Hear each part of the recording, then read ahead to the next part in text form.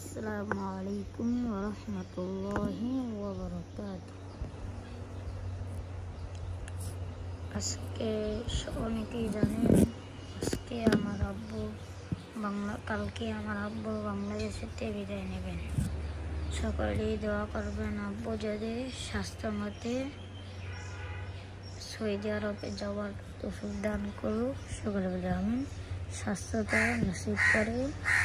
আজকে আমার মনে খুবই কষ্ট যে কালকে আমরা বছর বিদায় নিয়ে কেউ জানে আমরা কিভাবে ভুগবো।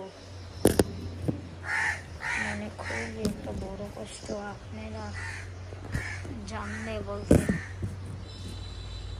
আজকে আমরা মনে খুব কষ্ট পাচ্ছি না যে চোখ থেকে জলের ফোঁটা পড়ে যাচ্ছে। তারপরে চোখের ফোঁটাটি আটকে রাখলাম। টাকা